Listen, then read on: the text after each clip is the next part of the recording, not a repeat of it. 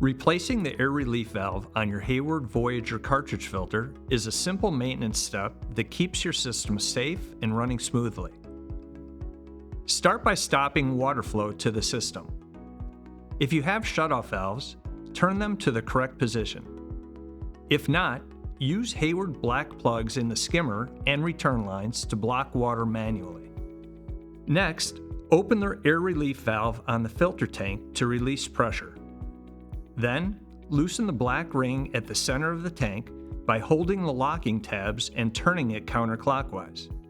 This helps make the lid easier to remove after draining.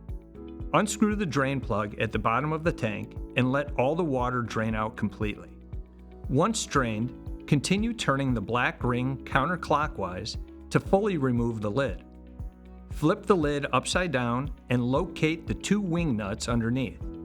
Loosen the wing nut holding the air relief valve in place. This will release the valve from the top of the tank.